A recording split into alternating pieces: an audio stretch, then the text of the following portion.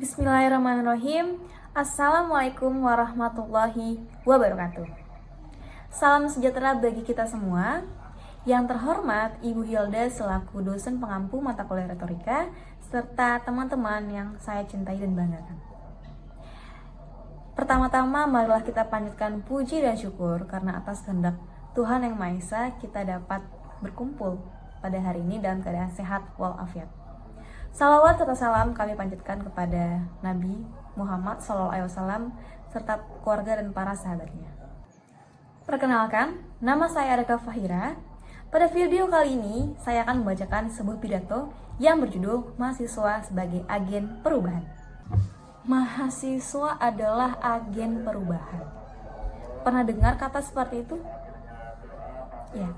Kenapa bisa dikatakan seperti itu? Karena sebagai generasi muda yang memiliki kesempatan untuk mengenyam pendidikan yang tinggi, sudah seharusnya kita memiliki tanggung jawab yang besar terhadap masyarakat dan lingkungan di sekitar kita. Peran kita ini bukan hanya mengejar prestasi akademik saja, namun juga harus peduli dan aktif untuk menciptakan perubahan yang positif yang ada di sekitar kita. Seperti isu-isu lingkungan, sosial, politik, dan ekonomi yang ada saat ini. Ini menuntut kita untuk tidak tinggal diam saja. Kita harus menjadi mahasiswa yang peka terhadap masalah-masalah yang ada. Menjadi mahasiswa yang peduli, bukan hanya menjadi mahasiswa yang menjadi penonton dalam panggung kehidupan. Tetapi juga kita harus berperan aktif dalam menciptakan perubahan yang positif. Pertama, mari kita berbicara tentang isu lingkungan. Tentang isu lingkungan, ada pemanasan global, polusi, dan kerusakan ekosistem. Ini adalah masalah-masalah yang memerlukan perhatian kita, tentu saja. Sebagai mahasiswa, kita harus bisa memulai dengan langkah-langkah kecil seperti pengurangan penggunaan plastik. Di kelas saya, mungkin kami belum berkomitmen untuk mengurangi penggunaan plastik. Namun, kami berkomitmen untuk mengumpulkan botol plastik yang telah kita gunakan, yang nantinya akan dikumpulkan, dan nantinya botol-botol yang telah dikumpulkan ini akan didaur ulang ke dalam mesin-mesin ataupun kepada komunitas-komunitas daur ulang sampah plastik seperti itu. Kami saat ini telah melakukannya dan sekarang sudah terkumpul banyak sekali botol-botol yang nanti kita akan distribusi ke mesin-mesin ataupun komunitas-komunitas plastik lainnya. Dan selanjutnya, menghemat energi. Menghemat energi ini sangat krusial. Karena mungkin di luar sana masih banyak yang tidak dapat energi, namun kita yang dapat malah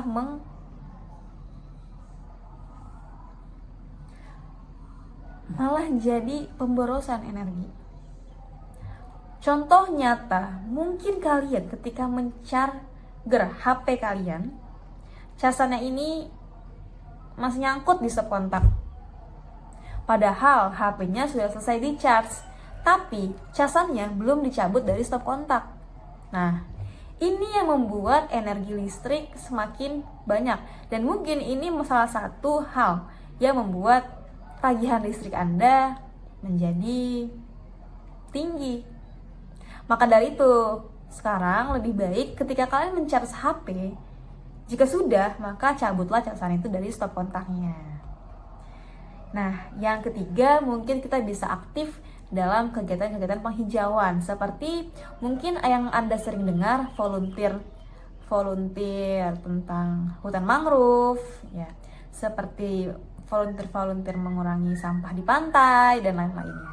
Nah, dengan langkah kecil kontribusi ini sangat membantu memberikan dampak besar bagi lingkungan, seperti itu. Yang kedua, ada isu sosial. Mungkin di luar sana masih banyak saudara atau teman-teman kita yang membutuhkan uluran tangan kita.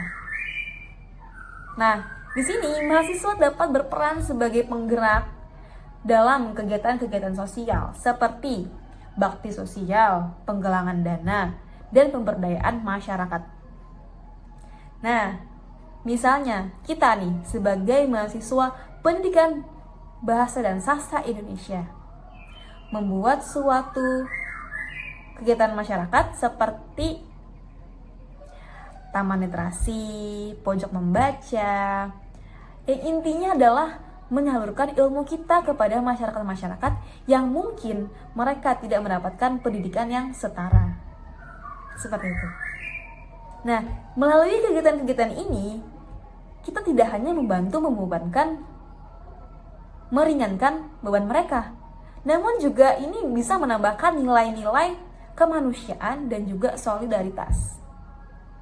Nah, yang ketiga, ada isu politik dan ekonomi.